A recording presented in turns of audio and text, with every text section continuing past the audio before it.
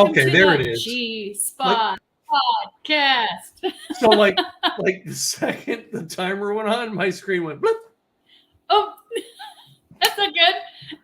I'm like, oh crap. Well, Katrina's gonna have fun having a show by herself. It's like, yeah. Well, remember the couple times we were going through Mercury retrograde or whatever, and I just like blipped out, 3 different times? It just went, cut me out. Well, remember the headaches we had? I remember before you switched computers, whatever old computer you were on. And you're like, I got good internet. Everything's working. And we switch and put on your laptop, and boom, it works. I know. It's the computer. Like, really? I know. Well, I'm gonna get a new computer for that, my desktop. Yeah. It's coming soon. Coming soon. Well, that brings up a topic we can talk about today of PCs versus Apple. All right, because of no. This is not a pick on, but I have now with the new website company. All right, I've got to help people get their email set up because one of the things we do is host their email. Yep. And I have had 3 times of putting people who have Outlook email. I've had 3 different outcomes of hooking their emails up. 3 different. Every time I do an Apple one with the Apple Mail, Apple Calendar, right? It goes through like easy. It's the PC going into Outlook. Now I have Outlook on my Mac and I'm able to connect it very easily, right? And something with the PCs and Outlook. And I was wondering, I don't know if you do as part of your service of giving them email and setting it up on Outlook, if you've had this issue where it's never the same, it never clicks the same way every time. No, it's Microsoft. It's not PC. It's not Apple. It's Microsoft. And it depends because some people have Office 365 and other people just have what they consider Microsoft Office. Yeah. So, and there's different versioning and depending on who has what version. I mean, unfortunately, even though I really like Microsoft, they still have a lot of faults. Well, no. Apple's got faults. I think I like Apple. To me, it's my preferred computer, but it's got faults of its own. I'm not going to criticize. Everything does. It's built by humans. It's never going to be perfect, right? But I've never done something that I do. You know what I mean? I do 3 people in it, and I get 3 different outcomes. You know what I mean? It's like there's got to be some sort of similarity between them, and it's just not seeing it. Well, and what were in the outcomes that you got, what were those outcomes? Were they herky-jerky or one? No, I've gotten one person who was able to take the what do they call the combined link? They call the whole, oh gosh. Tim's having a brain fart right now. Yeah. You send the whole file to them and they click the file and it auto sets up, right? And auto come out of one of them did that, boom, went right through. The other ones, nope, won't even go through, won't even click through. So then we go through and manual it. And one of the guys I have, one of the clients we have, is really, really, really horrible at technology. I mean, this guy really horribly, and like everything you do, and I mean, he's. I can't see. Yeah, and that's just the way he is. In what he does for a living, he's great at it, but with the technology, he doesn't. And he's in California, so it's not like I could just, hey, let me pop on over to your office and hook it up for you. Yeah. I can't, you know what I mean? But in the meantime, I've got to find a way to communicate it with him. Right. And then the third one, we went through the manual. We went through the auto, nothing. All right. We went through the manual, and the second loop through the manual, it clicked in fine. Yeah. It works. You know what I mean? But it's like 3 different outcomes come from doing the same process. So let me ask you this. You've got one that was technically challenged, and that was the one that had an issue. That technical challenge. We still don't have his hooked up right. Yeah. Okay. Technically challenged. The one that went through with no problem. He's a techie, and you know what I mean? And I pretty much assume he probably took the information and figured out how to do it himself because he's techie. Yeah. And the third one? The third one is, they're a business, but they've had it before. So it's like, they've done it before. So Yeah, and they're the ones that went. There's the ones that went right through. It's just that 1/3 one that just guy doesn't. And now I have a new company out of Florida that has multiple office people, so it's gonna be multiple, and they want to save everything in their Outlook already. And it's like I'm trying to figure out how to make sure I get to save their inbox as it is, and then switch to the new email, so that basically it just continues with the same email address, but now the servers are coming from our servers, not from like GoDaddy now. Yeah. And there is a way to do that in regards to saving Good. it. Yeah, good night. You and I will have a private talk on how to do that, because I'm going to need to learn that. And it depends on how big the files are, because the thing is there's a lot of people that have files that have big images.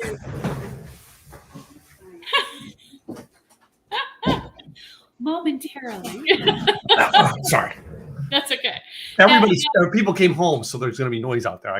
So there are some that have really big images, and sometimes depending on how much they have is going to be whether it's going to come across properly or not. And I've always found, especially when you're trying to save from a previous server and bring it over, sometimes it works and sometimes it doesn't, depending on the server. Is there a way inside? Isn't there a way inside of Outlook? So all their emails are in Outlook right now, right? Is there a way to save what they have in Outlook so it stays there? So that it stays in their account? Is that what you're saying? Yeah. Staying attached to that email? Yeah, I believe so. I believe there is. But even though now the same email address, but it switches and come from a different server now, is it going to show the same, or do they have to create another account? I don't believe so. I think it's just as simple where you pass it over to once you take it from one server over to the other server, it should bring everything over along with it. You shouldn't see them lose anything, but like I said, it depends on the server and going back and forth. So, well, how about this? I have one client that actually has Google Mail, and they know Google Mail, so it was just triggering some stuff and moving it. And I was able to work. We have the website and SiteGround, but the email is pointed over towards Google, and they're on. I think it's G Suite. They're running with it. Yeah. All right. And is there a way? All right, that they can keep this client, this one that I have coming up, is troublesome. That I see the troubles on the horizon, and I'm trying to prevent it all before it happens. Yeah, because it's just not a 1 or 2 person company. This is a several person company that I'm bringing on board. And they use mail with GoDaddy right now. Is there a way, once I point the domain name servers over, to then point the email back to GoDaddy? So here's the thing. The key thing when you're changing over mail in regards to from one server to the other is you have to have I believe it's called the MMX records. Yeah. You have to make sure you've got those records really clear and what needs to be what in regards to Microsoft Office 365 or Google, whatever the case may be. If those aren't set up properly, then they're not going to be able to find any of their email and they're going to panic. Yeah. So it's always in the DNS settings. Yeah. Well, the DNS settings, we put those for the domain name servers for moving the website. And that's easy. I've learned to do that a million times, right? It's each individual person I'm doing here has a different setup for their email. And I'm finding, you know what I mean? It brings the email over. I can host an email address for them, but some of them are just like, well, I want to continue using what I got. Great. So what I would do is I would go on GoDaddy where their domain is or their email is and find out what the MX record is and where that MX record is pointing to. And then at that point, you can decide whether you can move it over or if there's anything you need to do. Plus, you can also go online and ask about MX records for the Google Suite as well as the Office 365, because sometimes they vary, but at least they can give you something to have, and that's what you're pointing to, especially for your emails. Okay. So hopefully that works. Hopefully. It's just a whole new game for me to learn, huh? Well, yeah, and that's why we don't really play with it too much because so much can go wrong in some respects. But with SiteGround, I know they've got the server and you can do all of the email there on that end. But like I said, as long as you have the MX record, you should be fine.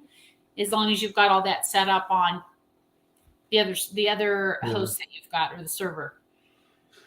Things I'm learning because I don't have the technical team yet. If I had this tech people, they would go handle it for me, but I don't have. Yeah, just hello.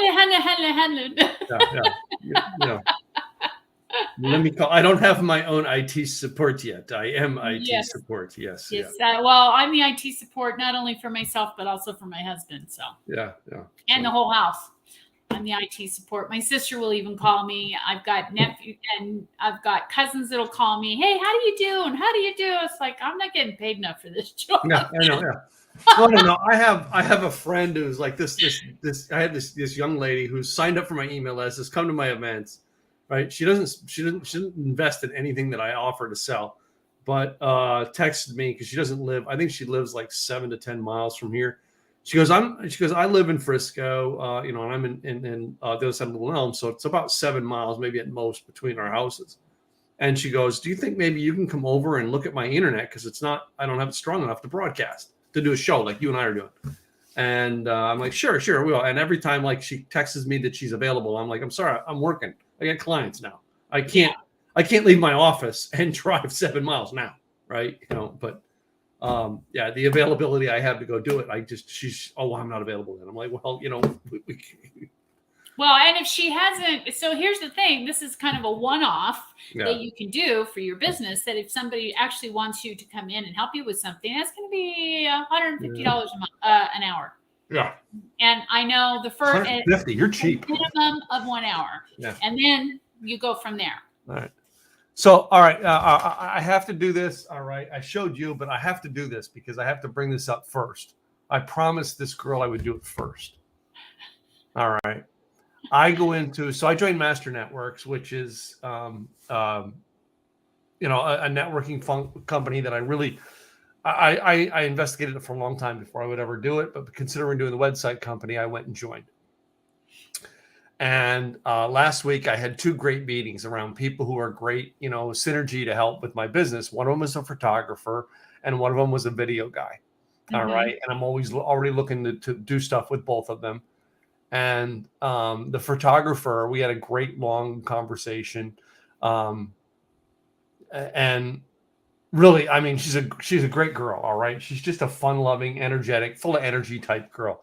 All right. And you and my wife will get this. She's a redhead. So, of course, Tim is really going to like her. She's a redhead. All right. So, of course. All right. Automatically, she's awesome right there. Of course. Yeah, automatically. She's got awesome stamped all over her automatically. Right. Something about redheads. They're just awesome people. This morning, she walks into the networking function this morning and goes, I have something for you. And gives me this. It's gorgeous. Gorgeous. She's really talented. Yeah. Freaking talented. And is that watercolor? I think it's watercolor, but I'm not sure. It looks like it is. It looks like it might be watercolor. And that's not easy to do because I've tried doing watercolor. And wait. I was lucky to get a picture that looked that good. That's how talented I am, right? That's pretty cool. All right. But that was my bike that I had from 2011 to 2014. So that's when I had that motorcycle. And that's the one that's the one that I had and went riding with Duff McKagan with. Nice. I have pictures. I have that bike there. I have pictures with Craig onto it, with Glenn Morshower onto it. Yeah. She's got a lot of talent. That's a talented lady there. She really did an awesome job. Blew my mind. I'm like, whoa. And she just did that just for shits and giggles. Wow. That's pretty cool. Not often you have somebody that says, "Oh, here, I have something for you." Here, I have something for you. Say, I'm like, what? Oh. Yeah, wow. It's pretty cool. Mind blowing. Pretty cool. I'm hoping to get more into painting and drawing and so forth in my, I don't want to say later years, but well, I'm going to do another couple guitars, or basically because I artistically do the wood. I'm not doing the guitars because I want to play them. I'm doing it because I want interesting looking guitars. So I just build them myself. I buy the kits. The kits are a couple $100. And then, I do the artistic paint to them. That one there is just blue stained. That's all I did. I wanted a blue stain onto it, and that's it. I did another one that had like dripped paint for my son. All right. Cool. And so it had a dark color, dark blue, but then I had dripped green paint, as in spots and dots and lines and stuff. Yeah. Very cool. I think, and getting into that creative pieces and so forth, I think personally, I think entrepreneurs are really creative because we have to be, because we have to think on our toes. So we have to be thinking outside the box, and we have to be creative to do that. Plus we have to be creative to pull things together. But I think it's a key piece that a lot of people are missing.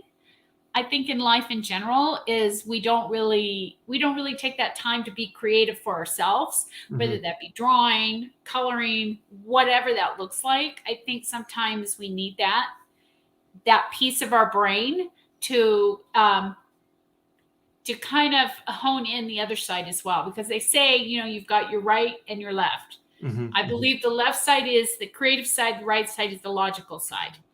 And when you're utilizing both sides, they say that you can get a lot more done, you can get a lot more accomplished, and you do better in life. Yeah. So it's interesting how I don't think people really look at that piece as much. Yeah. So, I mean, but no, there's part of me that wants to be creative on certain things, but like, I'm not like the guitar. Okay. So I did the guitars. That was sort of towards the beginning of the pandemic. And I did them because it was a side thing I could play with, right? And then I remember, because if you were in Craig's mastermind, side thing you could play with. Huh? What? I said, did you hear that? That was a side thing he could play with. Yes, I went there. Hey, I was gonna open a food truck. All right, I was gonna get a food truck. I'm going two ways with this, and we're having fun. I was going to get a food truck, all right, and I was going to serve chicken sandwiches. All right, it was only going to be working on Sunday, and I was going to park it in the Chick-fil-A the Chick-fil-A parking lot on Sundays. Because they're close. I was going to call it Side Chick. Side Chick. Boom! I'm here all night.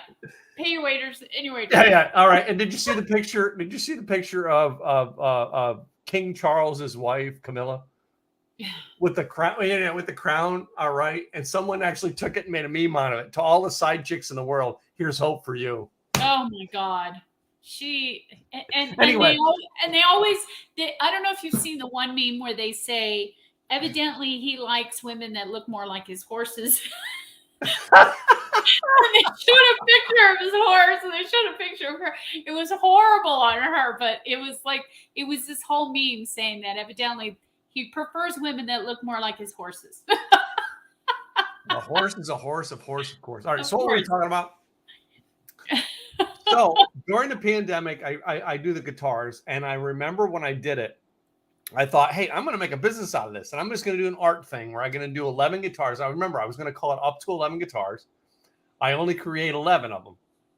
Each guitar, like each pattern, I was only going to create 11. So at their works of art, they can be played, but they weren't designed to be. They're designed to be a work of art guitar. And like, I think the first, I put a whole thing up, to try to make a web page about it, put up a couple designs. And then I ran a Facebook ad to see what kind of feedback I would get. And all the people who gave me feedback on it were guitarists.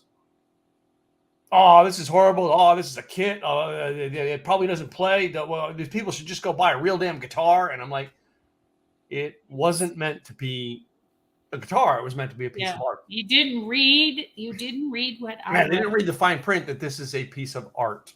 Mm-hmm. Right? And mine, I have that one there as a piece of art. Right? Yes, it is playable, but I didn't buy it so that I could play it and wear it out. The other one piece of art, if I get it, all right, I'm looking into it when my company is rich enough.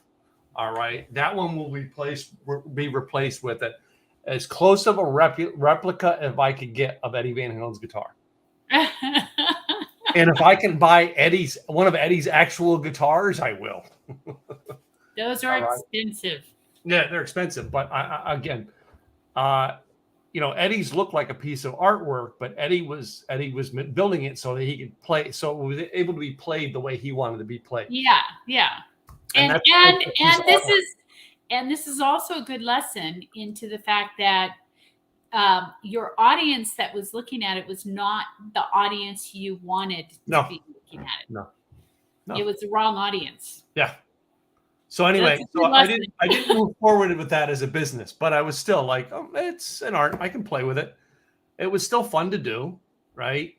Um, not it didn't. So here's an idea. You Yeah, still do it, and you do it as like you said with the art, and you post them on Etsy, or you post them on Facebook or whatever, and attach it, or Instagram, and then you find out how many people are willing to buy it.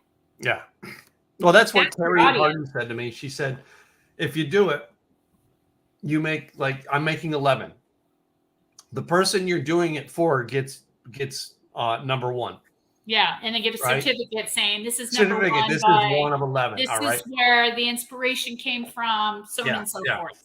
Yeah. Because she does stuff like that too, and we wanted to hire Terry to do a Tinkerbell in memory of my cousin, who was a huge Tinkerbell fan, right? Who passed away. We were going to do a Tinkerbell, but Terry does. Okay, you have to come up with a pose of something on Tinkerbell that you like. That's how she creates. All right, and then to authorize Terry to do it, we have to commit to buying number one. That's it. We're paying for number one. All right. And then we market out to our people to try to sell some of the others. But she only makes so many of them. All right. And me, my favorite number is 3. As you can tell by my Dale Earnhardt stuff, I'm number 3. Or no, Dale Earnhardt stuff's up there now. Oh, over there now. I moved it. Sorry. I was gonna say. I moved the Dale Earnhardt stuff. So anyway, but that's number 3 is my favorite number. I would Not know that. when I buy artwork, if I can get copy number 3, I want it. You know what I mean? That's just my number I want. But Well, that was like Terry when she was doing all those little what were they? They were little yeah, little. Hold on, I got one right here. little statues. I got one of Groot. Yeah, I don't have Groot. I got this one. I got Groot. Yeah. And mine is, this is done, what, 2016? Number 17.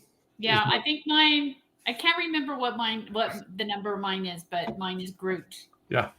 And I have to say that Shanta Money has done a really good job with her Groot that she bought from Terry. I don't know if you've watched any of her. She does a lot. Yeah, she takes it on trip. Yeah. She takes it on trips, and then she puts him posed into different things. Like Groot likes the food. Groot likes it's which very is brilliant. Which is brilliant. It's a way for her to take a piece of art that she loves, that she bought from Terry, and marry it with her own brand. I love that idea. Is marrying. It was a great idea because now people watch to find out where Groot went.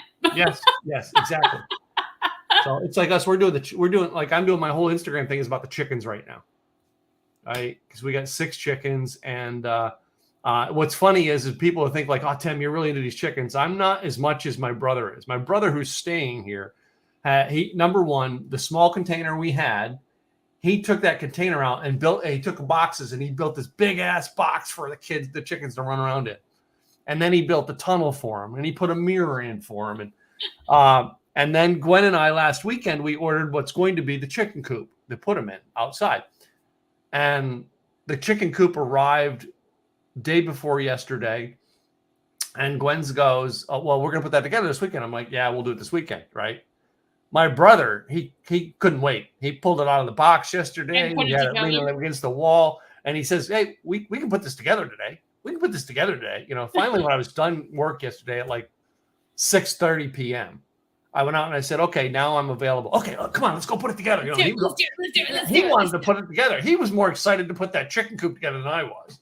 Yeah. So I'm like, okay, I got to let my little brother play. So we have a friend that lives up in the hills of Westlake that's in California, and they've got this whole thing of their chickens, but they have to set it up in a certain way because they've also got bobcats up there. They've got coyotes up there. They've got hawks and a lot of animals up there because they're up in the hills. Mhm. So they have set up the chicken coop inside the chicken coop. So they got the ones that you can get online through Amazon and so forth. That's kind of like a house. Yeah. Then they set it up inside of this gated fencing and so forth. Then they have a little piece that goes across that they can then go into another gated. Yeah. It's like, Well, yeah, this I'm whole gonna thing. get a big gated area to put them in, yeah, as well. But right now I was just trying to get the coop up. They're not ready for the coop. They're still too small for the coop. But my brother's Yeah. like, if we put the coop up, we can put it over here so I can put them out during the day and they can I can keep an eye on them while I'm working. And I'm like, yeah, my brother's really into these chickens. Are these your chickens or are they his chickens? Yeah, I'm wondering. Yeah. But when they were in the kitchen, like we had them in the kitchen, in the dining room until this past weekend, the kids were over and they were bringing the grandbaby over. So we took and moved everything out of the kitchen and put it in the back house and cleaned up. All right. Because we wanted a clean house for the baby to come into. And we moved it all back to the back house. Well, now I don't see them as much because they're in the back house. I was coming up every day and seeing them in the dining room. Well, now I got to go to the back house to see them. I still haven't been back to see them yet today. So, yeah. When our call's done today, I'll go back and get my daily picture of them. So I have a, how do I want to say this? I wanted to bring this up because it's something that's happened, and it seems to You ever happen. notice she always wants to bring something up? I'm just saying, she always has something to bring up. A lot. Well, here's the thing: as an entrepreneur, a lot of times when you're doing pricing, sometimes you will underprice things, and you have. But here's my question to you: is there are times when somebody underprices, but they'll come back and say, "Oh, by the way, I underpriced that, so I'm going to have to charge you more." Would you do that? Or would you say, no, I underpriced it. That's my bad. I'll get the stuff done. I'll just move forward. Even if I'm not making that much money, I promise to do it for this cost. Yeah. That's what I'm doing. So I've always done things especially as a coach. All right. I've always done things in layers. Number one layer is I'll offer a dirt cheap price to get people in. All right. For instance, I did the virtual summit. And I offered the first 6 months of doing or 9 months of doing it. I offered people can get a lifetime VIP ticket for $20. Dirt cheap, right? It was like a lead process for me because I was getting good quality leads that way, right? So they're paying $20 to get in. Then I had upped it to $97. A lot of times I tell people I would create programs where I would create it with a low price to opt in to get to see who was interested. Then I would create a higher price for a one-time fee. After I did that, the program starts to take off. I move it up to a price per month fee or a price per year fee, right? Got it. Annual fee. Yeah. So basically the thing progresses up as the new people come in. Now I started the web company, right? And we've got 3 hosting packages. Very easily with the hosting packages, I get them in where they're at, all right? But a year from now, prices could go up. I'm not planning on it. I'm trying to see if I can keep it that price, all right, as long as I can. But my accountant did it at a very, very low price to join. And then after 3 years of doing it, he had to raise his rates another $10 a month. Not a lot, all right, but still it was like he was able to build the business model and get it going. And then after getting so many people in, he realized, okay, I can do it, but it costs me a little bit more now with the cost of things. Yeah. So I've got to raise prices just a little bit. And he said some people stayed, some people left over the $10 a month, the reason why I'm saying that is because we have a contractor. I'm not going to name names or anything, but we have a contractor that we've been working with on our house that's working to get a project done. Yeah. That has been working on this project since we moved in November. Yeah.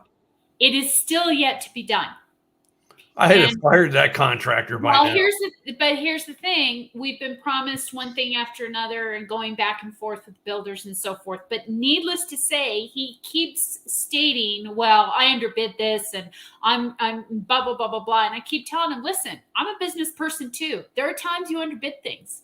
You don't go around complaining to the client that I underbid it. Yeah. I didn't bid enough, blah, blah, blah. You just say, you know what? It is what it is.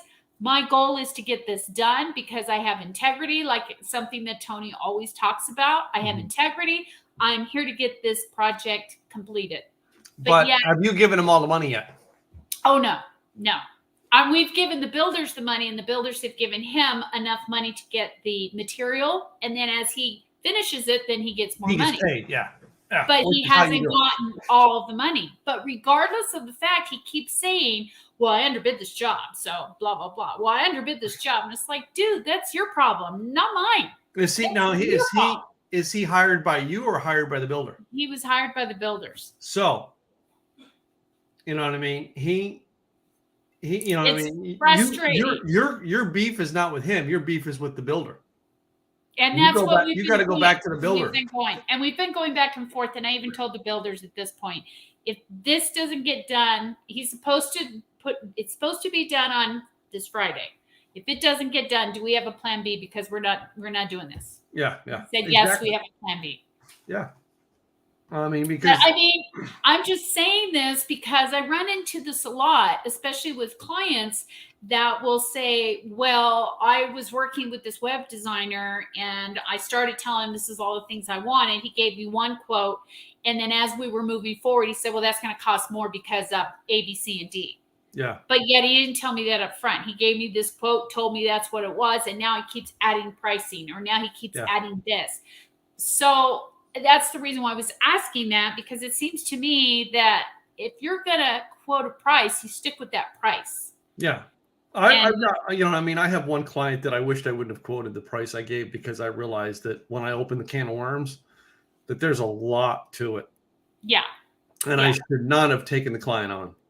All right. Well, but I'm new and I'm trying to get my first one. Yeah. We've all done that. I did that when I first started websites. I took on a client for, oh my God, so freaking cheap. Yeah. And all I got was headaches and, well, can we do this? And can we do that? And can we do this? And kept changing things. And then I said, you've changed this back to the same thing 3 times. Yeah.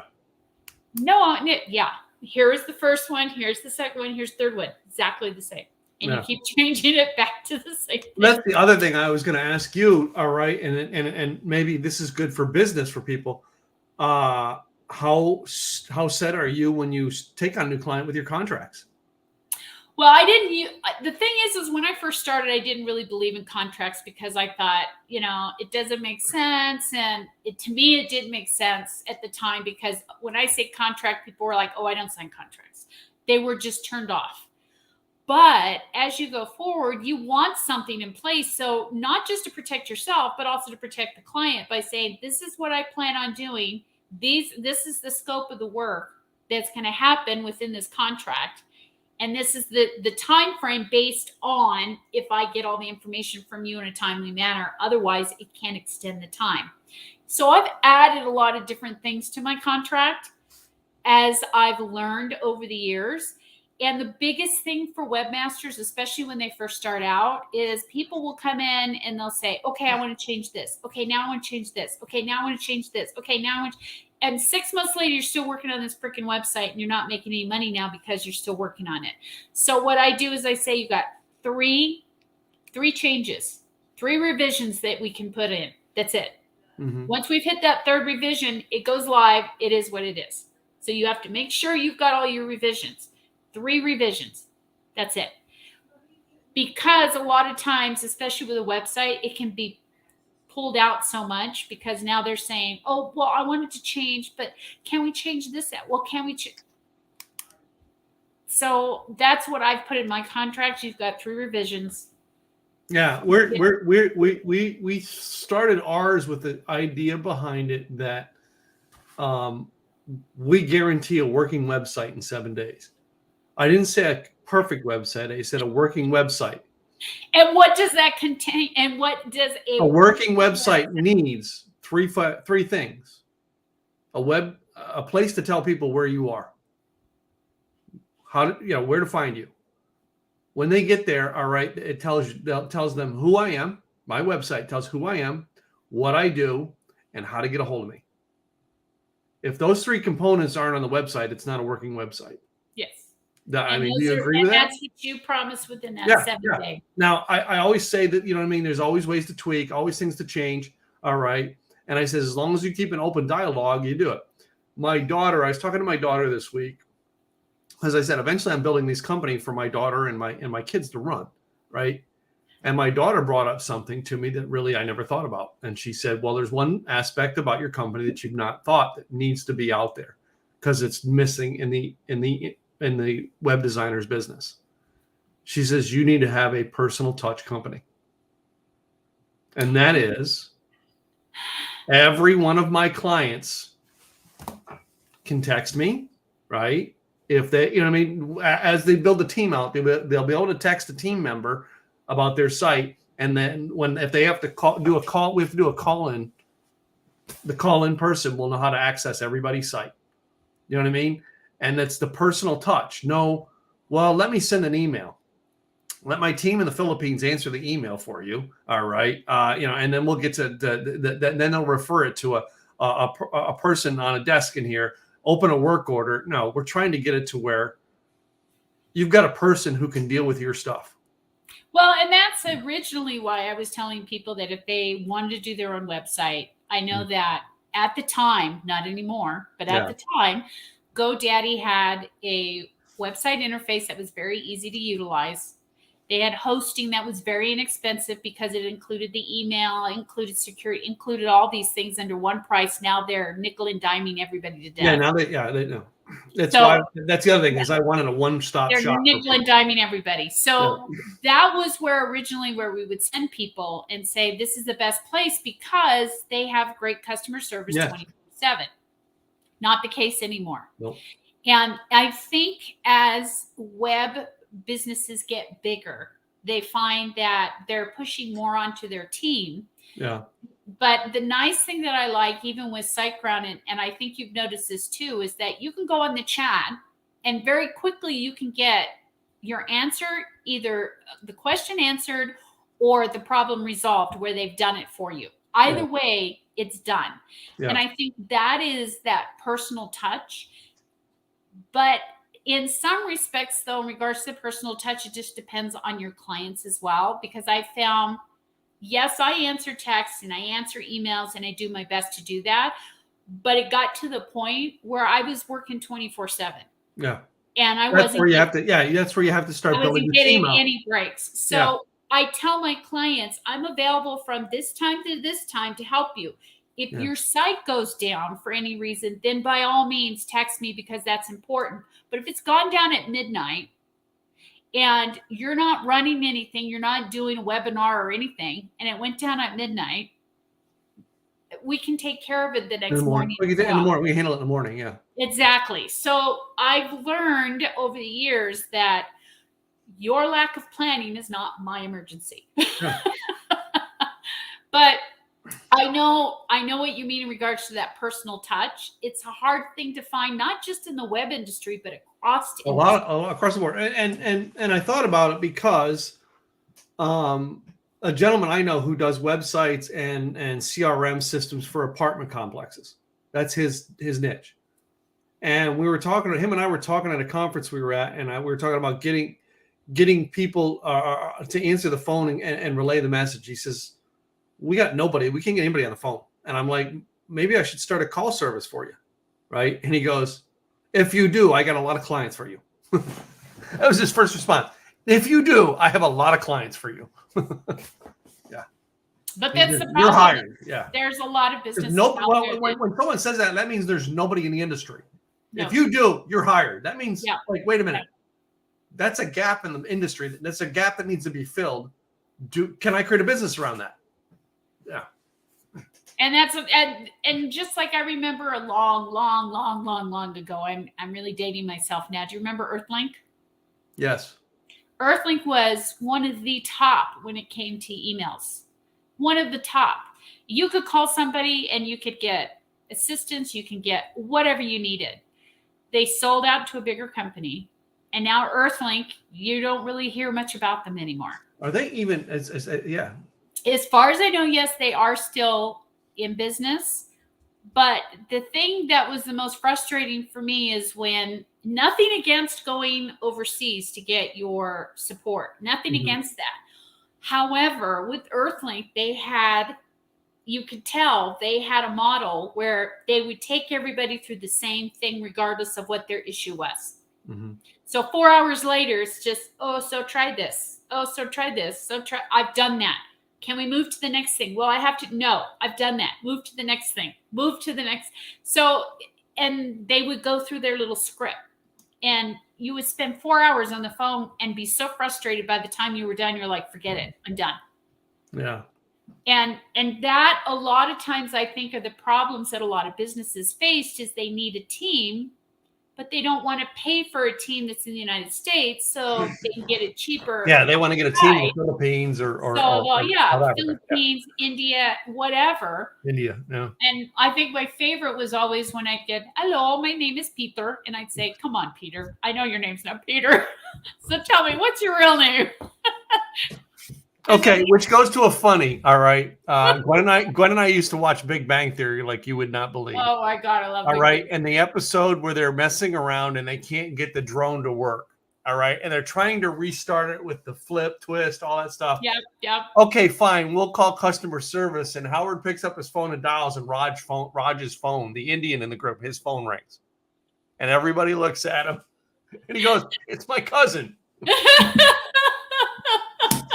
And I said, if that was me, I would do that. He goes, my cousin, yes, it's us calling. Fix the problem. I would have done that. No.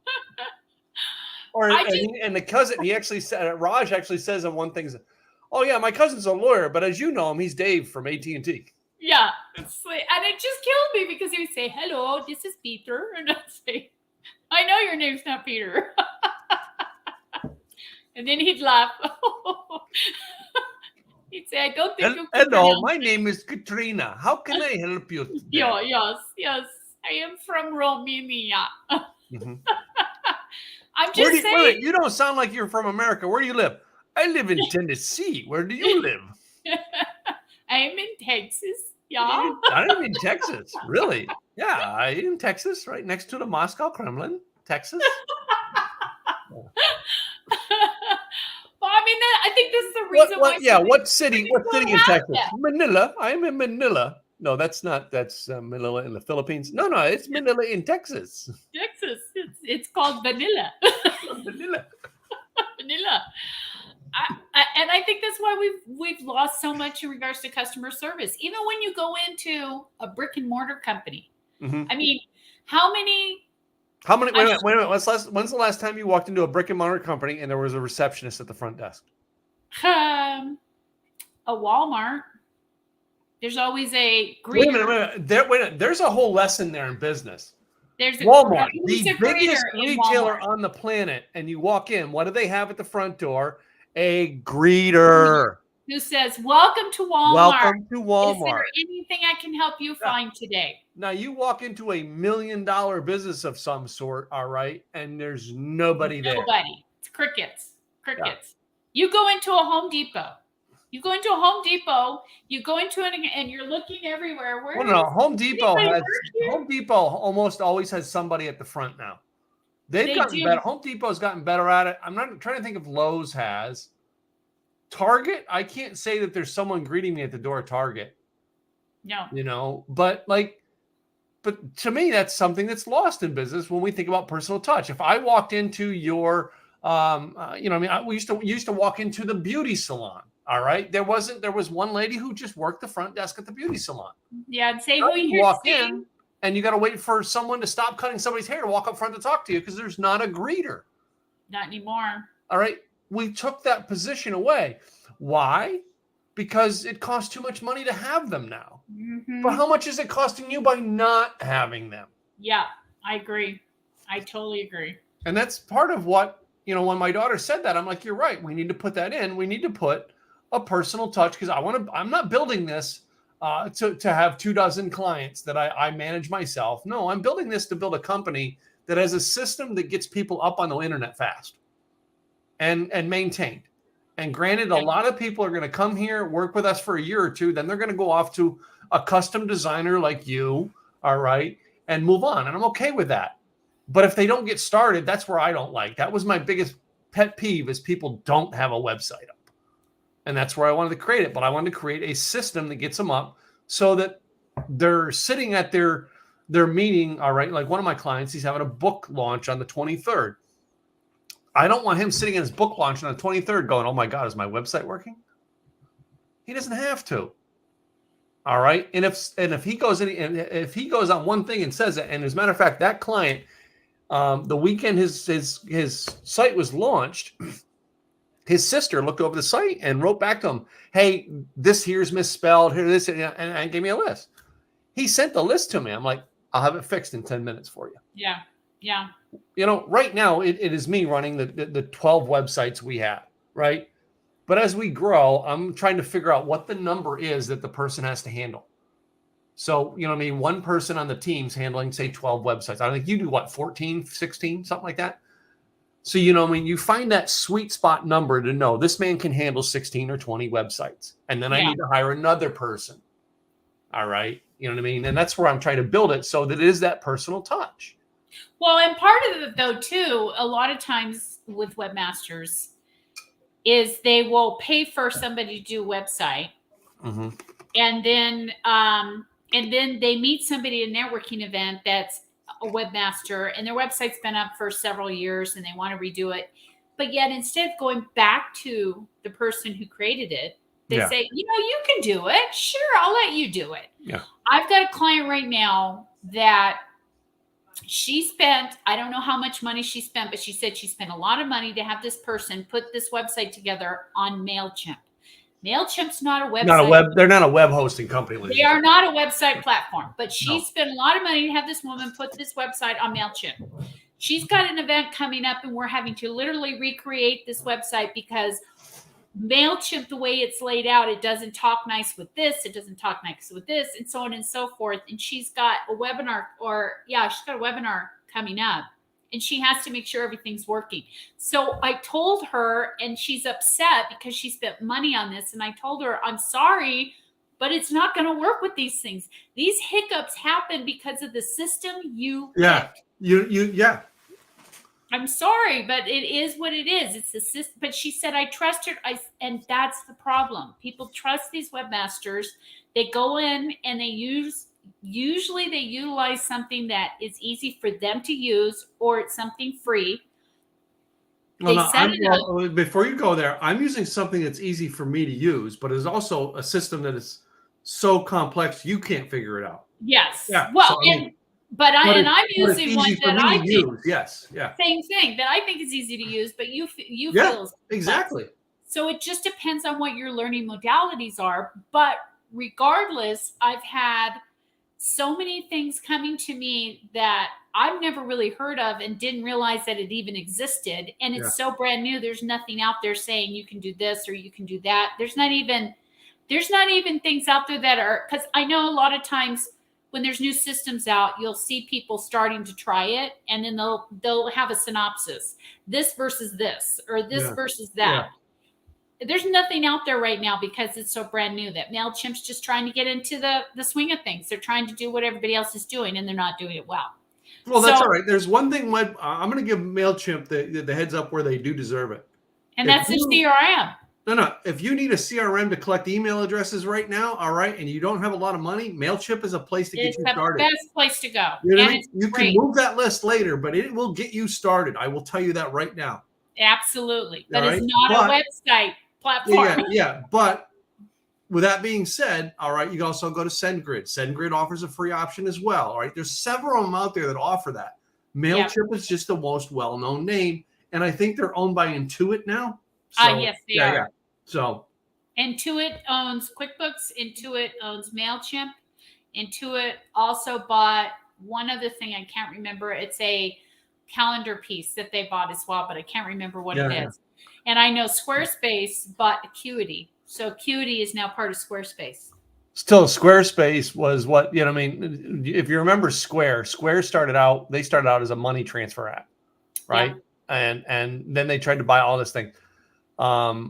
And I know, like you talk about the comparisons. One of the comparisons I was looking at this week was you're studying Go High Level, and I'm using, Kartra. I know Kartra very well, and Craig and I had this on his call this week. He's talking about stuff on membership sites on Go High Level, and he says now I know some of you are, and John Limbacher and I are on the call, And he goes, now some of y'all still like Kartra. I'm not putting down Kartra, but if you need Kartra, go see Tim or John. They know it. I don't. I mean, that was Craig's problem. He didn't know it, but he's figured out this one, and that's it. I figured out and I knew how to do one shopping cart. I could run circles around everybody who had ClickFunnels with one shopping cart and my website because I knew it. Doesn't mean it was easy to use. It was easy for me. Yep. Right.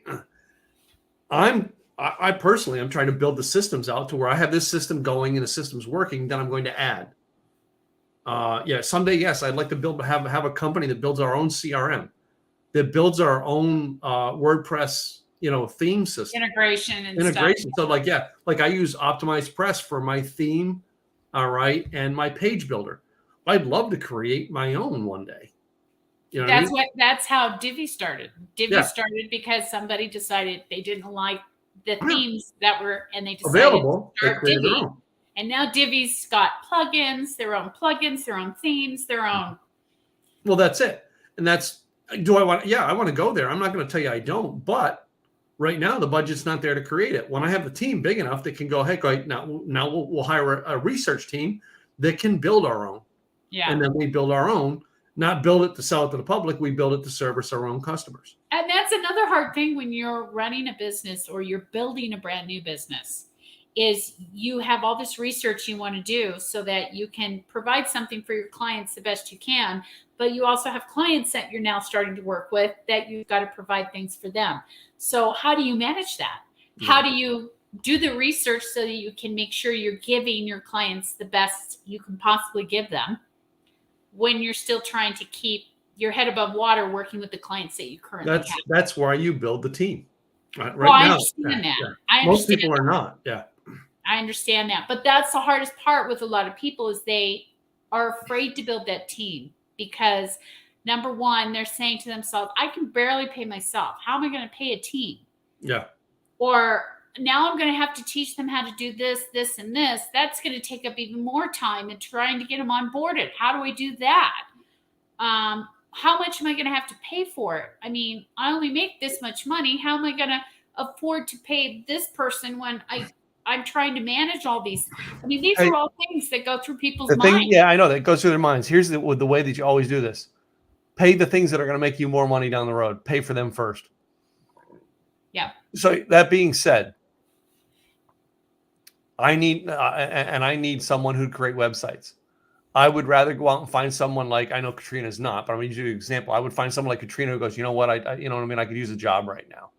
I'm going to say, okay, Katrina, let's make a deal. And I'm going to try to give her the best and most amount of money I can, but I'll offer her bonuses.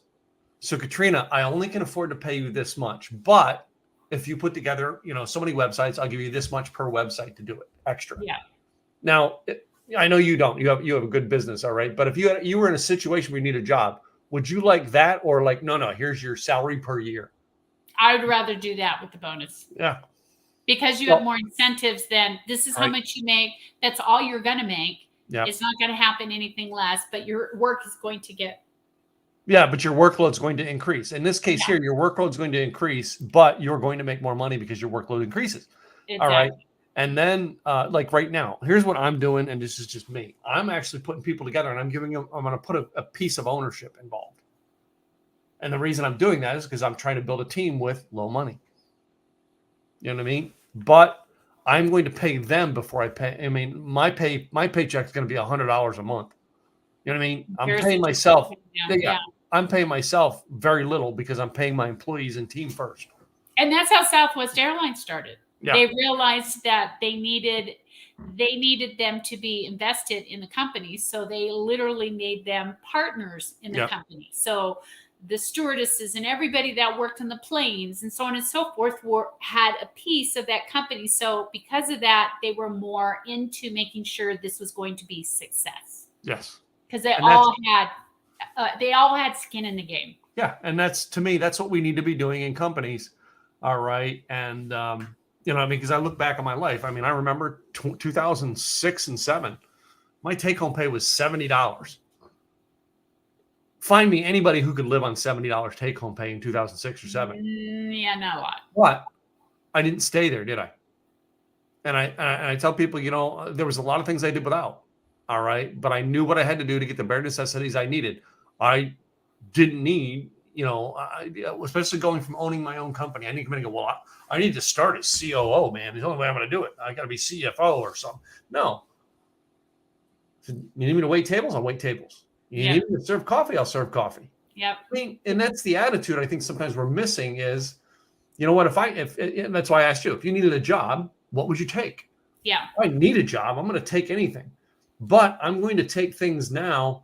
The older I get, I'm realized the more I'm going to take things now that may pay me less money per week or per day, but will give me long-term ownership and long-term income. Yeah. So in other words, yes, I'm going to take less money today, but if I'm getting a bonus for every new client I bring on for perpetuity, as long as they're with the company, I'll take that $5 bonus per client, every new client I bring on. Yep. As long as they're with the company, because after I got a couple thousand of them, all right, at $5 a piece, that's going to be a nice paycheck, and I don't have to work anymore.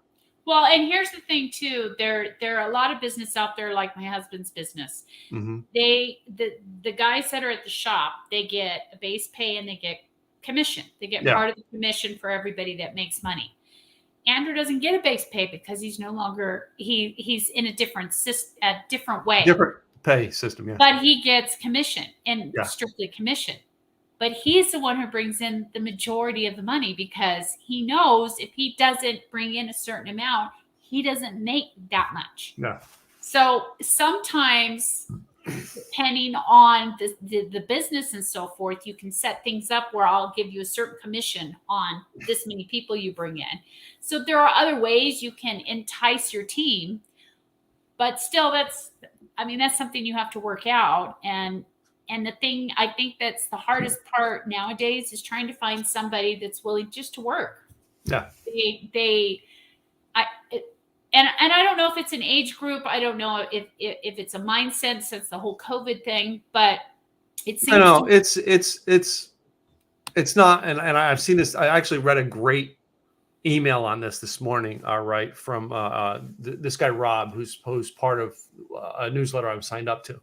And he talked about it. He says so many of us are pushing it off, all right, as the previous generation. Oh my God, they don't work. They don't put in all those extra hours like we did.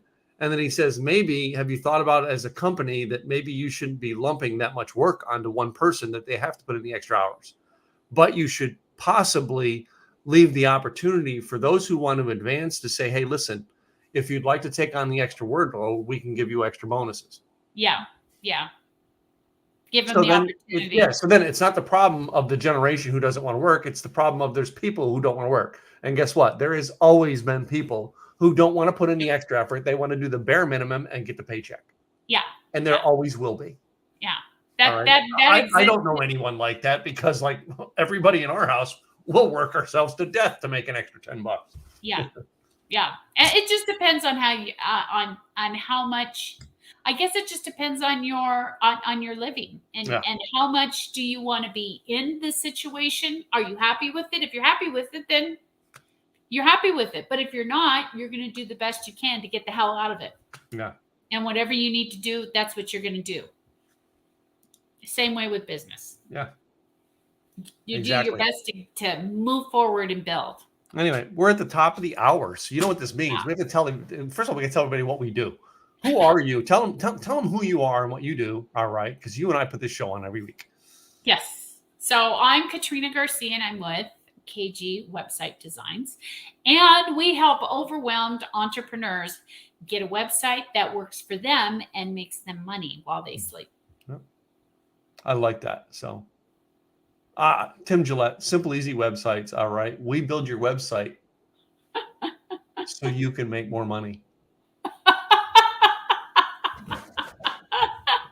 See how that was done? See how that was done? I got to remember where I'm pointing. Before I was pointing, I could point where the light was. Now I got to. Okay. Can I give you a little clue on this? I know we're going to go a little bit over on this. You know how I learned how to point? How? I have two different guitars behind me. Well, as you can see, I have nothing. You have nothing. You have to. No. That's why I have things not moving. That's why I have things on the wall. All right. I know where they are. Right. So if you point to one, you Over know here's which way an you're acoustic pointing. guitar, and over here is this one. So now I know that. All right. Got it. It's identifying things I use my background to identify which side what's on. That's perfect. And in the next couple weeks, I'm working on getting a background because I was trying to find that perfect background, and now I think I found it. Well, you can just get somebody like Lene here to paint you a background picture to put up. There we Again, go. Lene. All right, Nice let's give Lene credit one more time for this Nice beautiful, job. beautiful, Very nice. freaking painting. Nice job. I haven't showed it to my mom yet. Wait till I show it to my mom. Excuse me. Very talented. Bless you. So, Thank all right, you. we will be back here next week. Wait a minute. Will we be back here next week? We will. Yes, I believe we will. Yeah. I have nothing planned. We actually, we actually have one more call left before the end of May. Oh my God. Can you believe it's almost May's half over? No, I cannot. We're almost halfway through the year. Almost halfway through the year. Wow. It's like blows my mind. Blows my mind. But hopefully you found all the information here helpful. As you know, we try and give you business And tips. if anything, you have to learn that I'm right and Katrina's wrong. Yeah. We give you business tips on life experience. Just ignore what he said. And we hope that you find your business G-spot. Yeah, that too. Yeah. Keep feeling around till you find it. Yeah. Later. Bye, guys. See you guys next week.